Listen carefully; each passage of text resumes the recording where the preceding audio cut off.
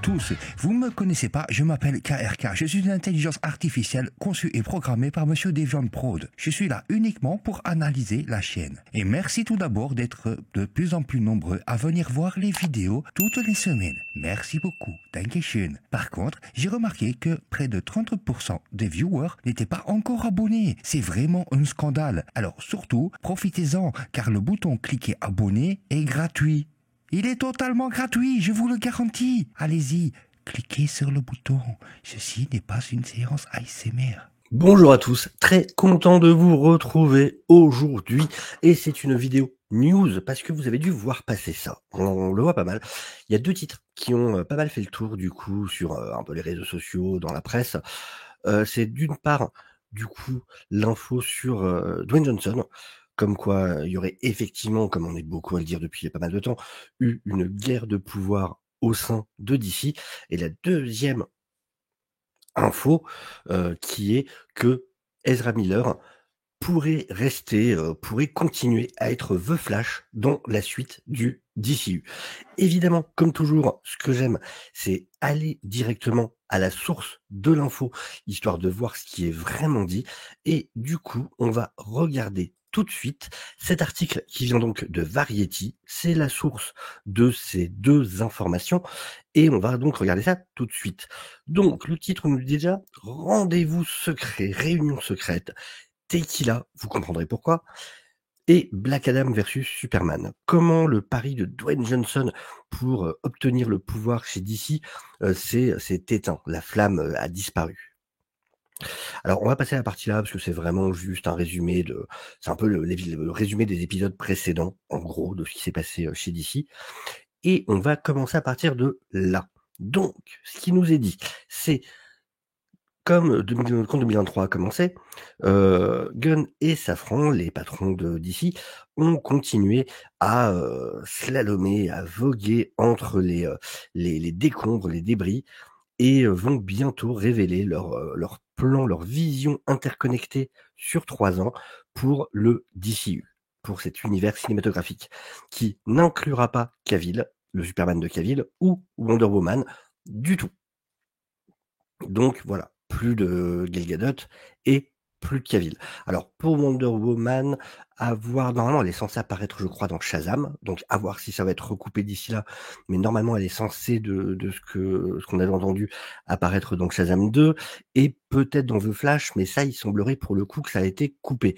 De la même manière que pour Cavill qui devait aussi apparaître dans The Flash, et il semblerait, alors à vérifier, hein, qu'en tout cas ça a été coupé.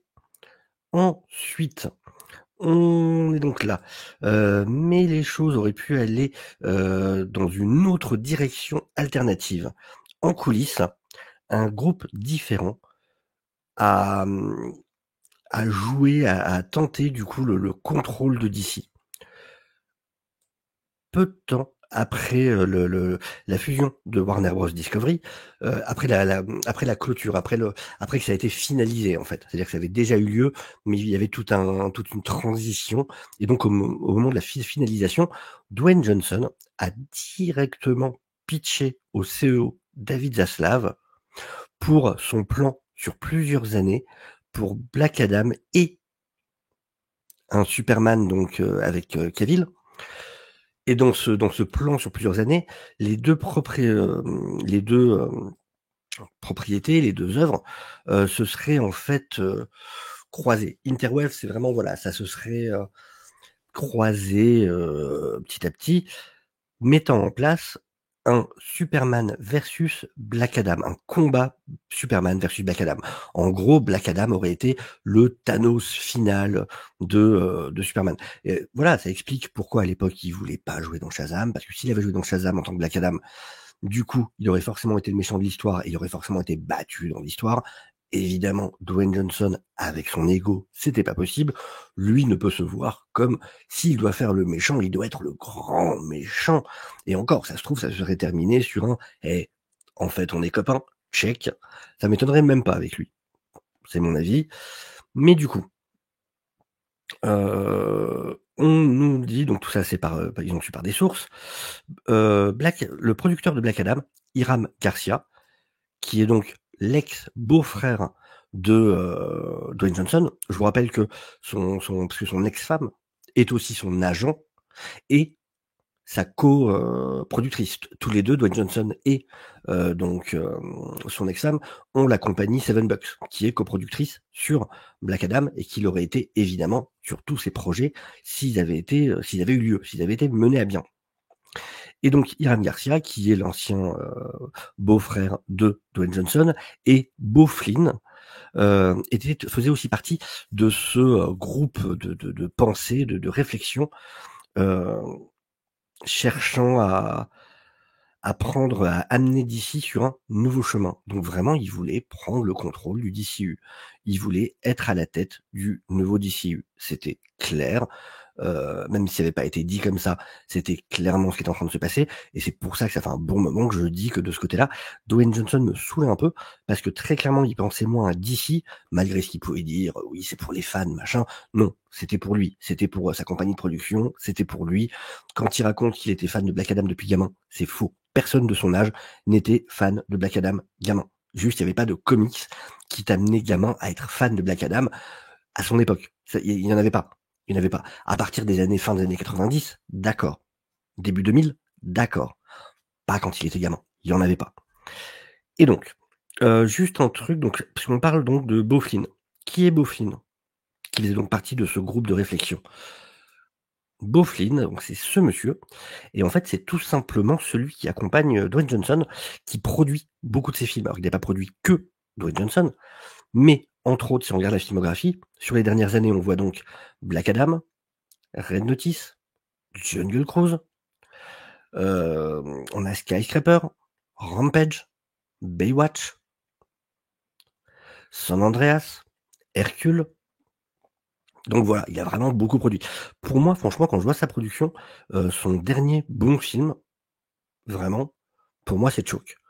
Choke, pour ceux qui connaissent pas, c'est une adaptation de Chuck Palahniuk, qui est l'auteur à qui on doit l'œuvre originale qui a donné Fight Club, et qui est plutôt sympa. Choke, hein, j'ai bien aimé. C'est un film qui a pas trop fait parler, mais qui est plutôt excellent. Il y avait Number 23 aussi, avec Jim Carrey, du coup, hors de ses rôles de comédie. Mais donc voilà, pour moi, son dernier film, c'est 2008. Et pourtant, il y en a produit pas mal après quand même. Alors peut-être que vous me direz qu'il y en a qui sont cool là-dedans, hein, que vous appréciez ou quoi. Vraiment, là, c'est un avis purement subjectif. Mais donc voilà qui est Beau Flint. Donc vraiment, il a réuni son équipe autour de lui. De la même manière qu'il a ramené son réalisateur pour Black Adam, avec qui il a déjà tourné plusieurs fois. Ensuite,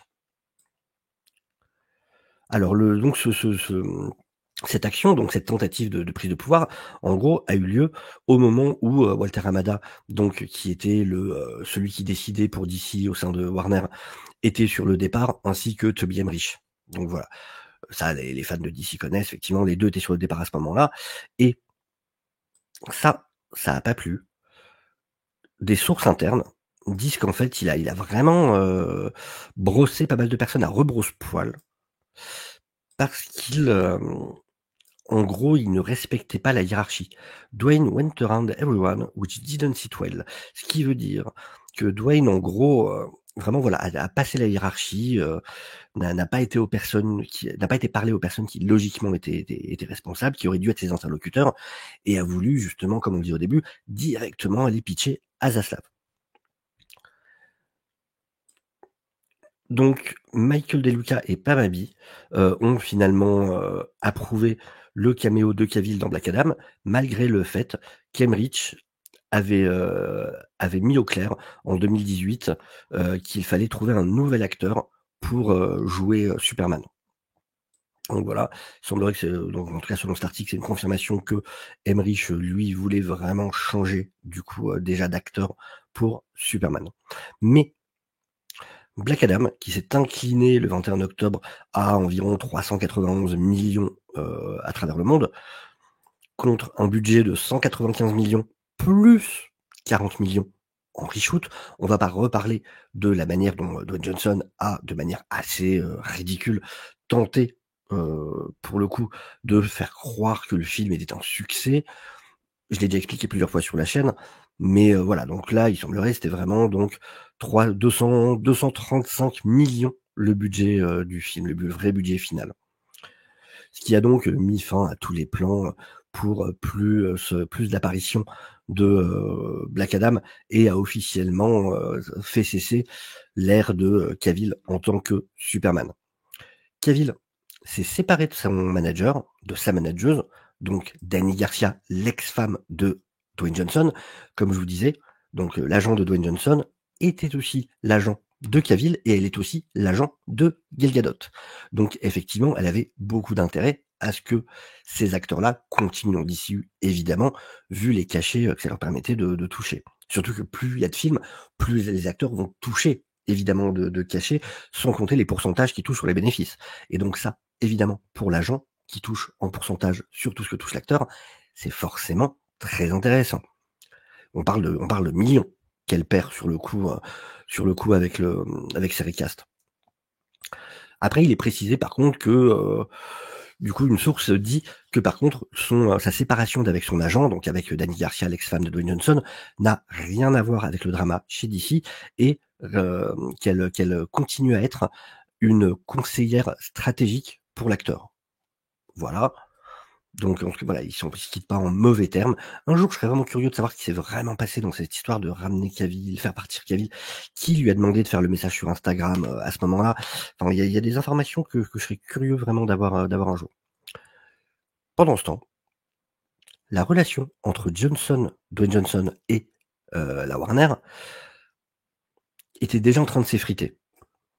Après que Dwayne Johnson ait poussé pour un crédit de producteur dans le film animé DC, la Ligue des Super Pets.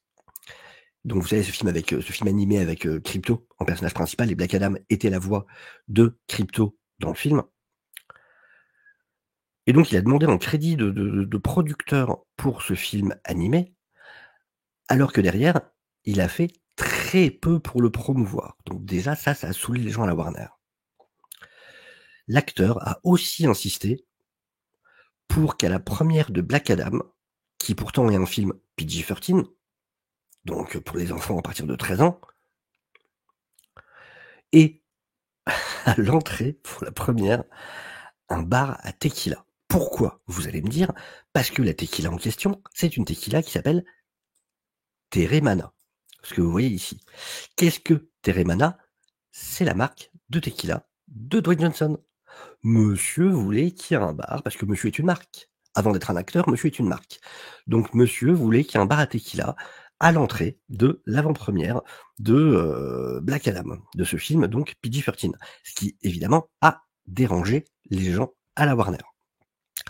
C'en est quand même au point où Dwayne Johnson est parvenu dans son message dans lequel il avait annoncé du coup la fin, enfin qu'il n'y aurait pas le retour de Black Adam, enfin en tout cas un retour hypothétique.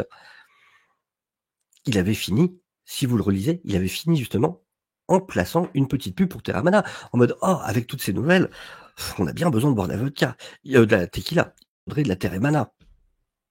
Le mec avait réussi à placer ça. Il est très fort. Il est très fort. Ça lui a fait une pub gratuite énorme. Mais donc voilà. Donc les gens en avaient marre. En gros, il se comportait un peu comme une diva, de plus en plus comme une diva. Et ce qui est dit là, ces demandes augmentaient, continuent à augmenter. Et le retour sur investissement n'était juste pas là. Donc en gros, enfin, tu ne te permets pas d'avoir de plus en plus de demandes quand derrière tu fais pas le taf en fait. Quand derrière tu fais pas la promo comme le studio l'attendrait de Crypto, de la Ligue des Super Pets, et quand ton film se plante au box-office. Juste tu peux pas. Ensuite, toutefois, l'analyste en box-office Paul Dergarabedian dit que Johnson s'est retrouvé dans un catch-22. Qu'est-ce qu'un catch-22? Catch-22, c'est une expression qui veut dire en gros dans une situation inextricable. C'est-à-dire se retrouver dans une situation sans solution, en fait. Donc voilà, il s'est retrouvé coincé. On peut très bien traduire comme ça. Il s'est retrouvé coincé avec Black Adam. Pourquoi? Vous ne pouvez pas avoir un budget plus modeste quand il y a ce level de talent impliqué. Il remarque que le track record de Johnson, les budgets sont proportionnés au talent impliqué. quelque chose comme un plus petit budget comme Shazam par exemple, est considéré comme un hit. Parce que les hits sont basés sur leur profitabilité, sur les profits qui ont été faits. Shazam a gagné 366 millions à travers le monde en 2019, mais il avait un budget de 100 millions. Il n'avait pas 235 millions. C'est-à-dire il a fait presque le même profit, enfin le même, il a presque fait autant d'argent que Black Adam en salle, à quelques dizaines de millions près, à 30 millions près. Ouais, sauf qu'il a coûté 135 millions de moins en fait, ce qui change énormément de choses, bien évidemment. Et donc Garabedian remarque que Black Adam a toutefois quand même réussi à rentrer dans le top 10 du box-office 2022, ce qui est vrai. Ça n'empêche pas qu'il n'a pas fait de profit, mais c'est vrai. Alors là, on va voir donc là, c'était toute la partie sur Dwayne Johnson. Là, on va voir la partie qui concerne Ezra Miller et on va voir pourquoi c'est très exagéré, tous les titres que, vous voyez un peu partout. Pour le coup, c'est vraiment très exagéré. Ce qui est dit. Pour ce qui est de ce que Gunn et Safran ont de prévu pour le futur de DC, des sources décrivent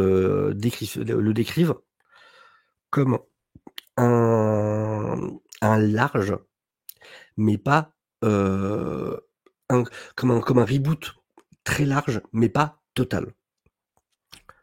À ce point précis, rien n'est mis en dehors. Rien n'est vraiment, exclu, plutôt. Étant donné que Miller et donc voilà la partie qui nous intéresse vraiment. Étant donné que Miller est resté en dehors des problèmes depuis le début de son traitement pour sa santé mentale, en été, certains exécutifs, retenez bien ça, certains exécutifs, ne sont pas contre l'idée de continuer avec l'acteur en tant que The Flash. Étant donné que Miller est resté en dehors des problèmes depuis le début de ses traitements, pour sa santé mentale, certains exécutifs ne sont pas contre continuer avec l'acteur en tant que The Flash. On s'en fout. On s'en fout. Certains exécutifs. S'il m'avait dit Gunn et Safran ne sont pas contre, là, je me poserais des questions. Là, c'est certains exécutifs. Pour moi, perso, j'y crois pas une seconde qu'ils vont continuer avec Ezra Miller. En plus, le seul moment où je me dirais qu'effectivement ça pourrait arriver, c'est si le film allait chercher dans les 1 milliard, 1,5 milliard, même 1 milliard. Mais j'y crois pas une seconde. J'y crois pas une seconde. Alors peut-être qu'il s'avérera que j'aurais eu tort, hein. C'est tout à fait possible. Je ne peux pas, j'en sais rien. Mais j'y crois pas. Que The Flash fasse le milliard, je n'y crois pas.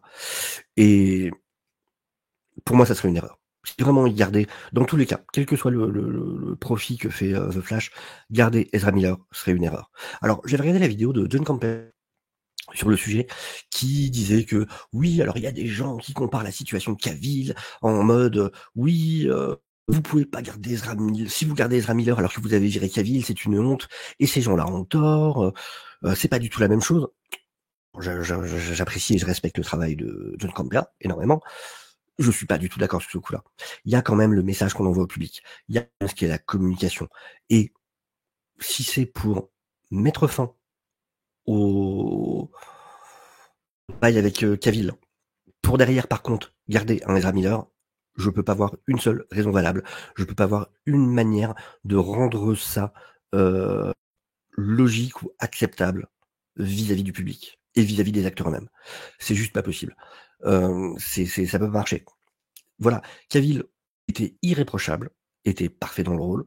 Vous savez, pour ceux qui suivent la chaîne, je suis pas particulièrement un fan de Snyder, mais en tout cas pas de ses choix qu'il a fait pour DC. J'apprécie le réalisateur, le travail du réalisateur. Maintenant, les choix qu'il a fait pour son univers, je suis pas fan. Mais je suis pas non plus anti-Snyder. Et en l'occurrence, Cavill était un excellent choix. Si c'est pour me virer Cavill et garder Ezra Miller, qui est mais pour moi, encore une fois, tellement un mauvais choix. Il n'a rien à voir avec Barry Allen de quelque manière que ce soit. Je ne comprendrai, même hors des dramas, hors de toutes les histoires qu'il y a eu autour de Ezra Miller, on met ça de côté. Je ne l'aime pas en tant que The Flash. Il n'a rien de Barry Allen, je comprends pas ce qu'il fait là. Pour moi, c'est un mystère. C'est une erreur de casting.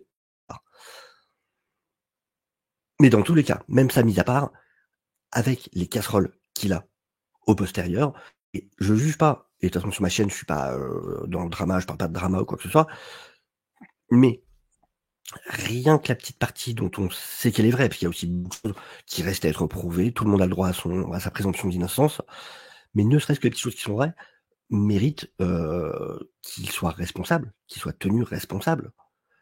Et je suis pas pour qu'il soit cancel d'Hollywood ou je sais pas quoi. Tout le monde a le droit, enfin voilà, des erreurs, a le droit de se soigner, a le droit de revenir plus tard, avec des limites bien sûr. Un Kevin Spacey et je n'irai jamais voir un film de comment zut. Enfin le réalisateur français caché en Suisse là, Polanski. Mais en l'occurrence pour Ezra Miller, de ce qu'on sait pour l'instant, voilà, j'espère juste qu'il va se soigner. Mais non, on peut pas le garder lui. Et par contre, virer Cavill, là, ça serait un message très négatif envoyé aux fans de DC, vraiment, pour moi. Et donc ça continue. Aquaman, Shazam, Blue Beetle et le Peacemaker de James Gunn, donc la série HBO Max, pourraient tous peut-être avoir une place à la table, c'est-à-dire dans l'avenir du DCU. Gunn et Safran, qui ont été recommandés par De Luca, ont le soutien total des exécutifs de Warner Bros. Alors, ceux que j'entendais dire, et ça j'avais déjà réagi, ceux que j'entendais dire que De Luca serait énervé parce que lui avait mis en place un truc pour faire revenir un peu le Snyderverse et du coup il aurait été trahi par James Gunn et tout ça. Non, pas du tout. Pas du tout. De Luca, je vous rappelle juste que c'est lui qui a voulu que ce soit Gunn et Safran qui aient cette place. Au moment où Zaslav, pourtant lui, était en discussion encore à l'époque avec Dan Lin, avec Dan Lin, et le soutien pour Gunn et Safran est venu de Luca, qui du coup était effectivement celui qui prenait les décisions en intérim, qui est donc le patron de la partie Warner Film avec Abdi. Et c'est lui qui est un fan de DC, De Luca, et qui prenait les décisions en attendant que quelqu'un soit nommé. Et il voulait que ce soit Gunn et Safran. Et il soutient Gunn et Safran. Vous inquiétez pas que si il les soutenait pour ce poste, il avait déjà discuté et il savait déjà dans quelle direction il comptait aller. Même si c'était une vision globale, il savait déjà. Donc, dire De Luca se sent trahi, est-ce que De Luca va claquer la porte de Warner à cause des décisions de Gunn? Non, ça va arrêter, c'est du sensationnel, c'est machin, ça n'a aucun sens quand on a suivi le truc, vraiment. Désolé pour ceux qui veulent y croire ou quoi, hein, mais ça n'a aucun sens. Vraiment, ça vient de nulle part. Et après, ça finit, voilà, dans un, comment dire, pour montrer à quel point les relations à Hollywood ne sont jamais vraiment finies, ne sont jamais vraiment cassées, les réalisateurs de Bad Girl, donc Adil El Arbi et Bilal Fallah, ont dit à Variety qu'ils étaient tout à fait ouverts à travailler de nouveau avec Warner Bros. Au bout du chemin, quelque part sur le chemin. Citation, nous sommes des fans de DC, et si nous avons la chance dans le futur de faire quelque chose dans cet univers, nous ne dirons jamais non. El Arbi a dit le mois dernier sur le tapis du festival du film de Red Sea.